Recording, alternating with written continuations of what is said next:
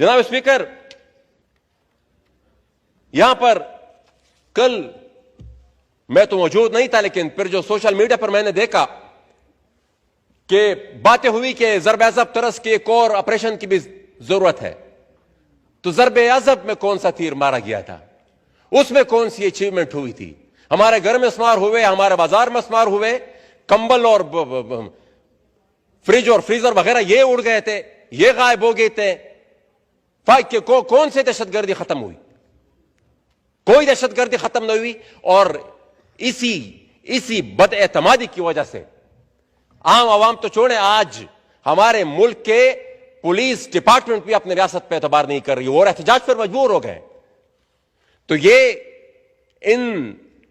इस मफरूजात, इन ऐलानात की वजह से हमें कोई अब धोखा नहीं दे सकता कि कहे कि भाई हमने ऑपरेशन का इरादा कर लिया है। ऑपरेशन का इरादा नहीं, आप अपनी पॉलिसी ठीक करें, अपने जहनों में क्लैरिटी लाए, तब बात बनेगी। और अगर आप चाहे, रियासत चाहे, तो ये चंद दिन का काम है, ये चंद दिन का काम है। लेकिन हमने नहीं करना, क्योंकि हमने तो 40 साल से जंग को बतौर कारोबार यूज किया है, जंग को हमने बतौर कारोबार इस्तेमाल किया है। तो इस तरह रियासत नहीं चलती।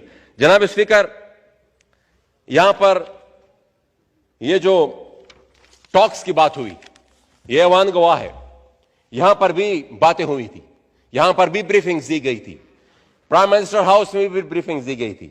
और ये ऐवान गवाह है कि हमने जो बातें उस वक्त रिकॉर्ड पे रखी थी, लफ्ज बलफ्ज वो सब कुछ ठीक साबित हुआ। हमने ये जो आज का जो हो रहा है, इन खदशात का इजहार हमने उस वक्त भी कर दिया था, लफ्ज बलफ्ज सब कुछ ठीक साबित हो रहा है। लेकिन उस वक्त हमारी तमाम सिफारिशात को रद्द कर दिया गया था, किसी एक को भी नहीं माना गया था। और आज वर्ड बाय वर्ड वो सब कुछ ठीक साबित हो रहा है। और हम उस वक्त भी ये कह रहे थे कि ये जो तालिबान है, इनको मुज़ाकरात के बहाने वापस बसाया जा रहा है। ये मुज़ाकरात सिर्फ एक बहाना है, मुज़ाकरात के बहाने इनको वापस लाया जा रहा है, इनको स्पेस दी जा रही है। वही बात है, आज कौन सी जगह महफूज है।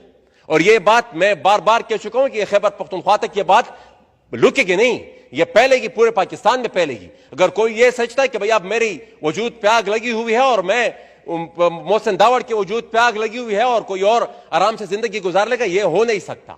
ये आग फैलेगी। ये जब अफगानिस्तान में भी थी, उस वक्त यहां पर ये क़ियादत कह रही थी कि ये यहां पर आएगी, ड्यूरेंट क्रॉस करके आएगी। अब जब खैबर पख्तूनख्वा में है तो उससे पूरे मुल्क में फैलेगी। ये रुकने वाली नहीं है। जनाब स्पीकर, हम ने हमेशा वेस्टर्न इंटरेस्ट, अमेरिका के इंटरेस्ट की बात की है, उनका ख्याल रखा है। वो भी अभी भी वो और क्या चाहते हैं? 40 साल से यहां पर जितने इस पूरे रीजन में दो सुपर पावर्स के बीच में कितनी बड़ी डिस्टेबलाइजेशन हो, इससे ज्यादा उनको क्या चाहिए? वो तो यही चाहती है कि मिसाल इस पूरे रीजन में यह माहौल हो कि रूस को भी तकलीफ हो, चाइना को भी तकलीफ हो, इस पूरे रीजन को भी तकलीफ हो, पूरा रीजन डिस्टर्ब हो। उनसे इससे ज्यादा कोई स्ट्रेटेजिक फायदा तो उसको कोई और चीज नहीं देगा। तो ये जो 40-45 साल से वो इस जंग को लेकर कभी एक नाम से, कभी दूसरे नाम से, कभी तीसरे नाम से, और अब ये जो वॉर ऑन टेरर का दूसरा फेज उन्होंने दोहा एग्रीमेंट के बाद शुरू किया है, ये बहुत ही खतरनाक है। हमने अगर अब फैसला ना लिया, हमने अगर अब सख्त फैसले ना किए, तो हम इस जंग और इस बोझ तले जनाब स्पीकर दब जाएंगे। अगर हमने इस्लाह करनी है, अगर हमने अपना किबला दुरुस्त करना है, और अगर हमने इस नए तूफान से अपने आप को बचाना है जो हमें ले डूबेगा, मार्क माय वर्ड्स, ये तूफान हमें ले डूबेगा, ये हमें नहीं बचा सकता। अगर हमने ये सब कुछ करना है तो जनाब स्पीकर एक ट्रूथ एंड रिकंसिलिएशन कमीशन बनाना होगा। माजी में जो फर्द, जो अफराद, जो इदारा भी इस पूरे गंद में शामिल है, उन सबको एहतसाब के कटहरे में कड़ा करना पड़ेगा। अगर हमने नहीं किया, जो कि मुझे होता हुआ दिखाई नहीं दे रहा, वो इरादों से पता चलता है कि इरादे क्या है, ये मुझे होता हुआ दिखाई नहीं दे रहा। अगर नहीं होगा तो मैंने बता दिया जनाब स्पीकर, हम नहीं बचेंगे। और यहां पर जनाब स्पीकर अफगानिस्तान का एक्शन रिप्ले होने वाला है। यहां पर अफगानिस्तान का एक्शन रिप्ले होने वाला यही होता था ना, जब वहां पर अटैक होती थी, यहां की हुकूमत कह तो देती थी कि भाई ये गलत हुआ है, लेकिन फिर सबको पता होता था कि भाई सपोर्ट उनको कौन कर रहा है। यहां पर हमारी प्रोटेक्शन में थे। अभी भी ये हो रहा है, वहां से लोग आते हैं, उन्हीं के वो चहीते हैं, वहां पर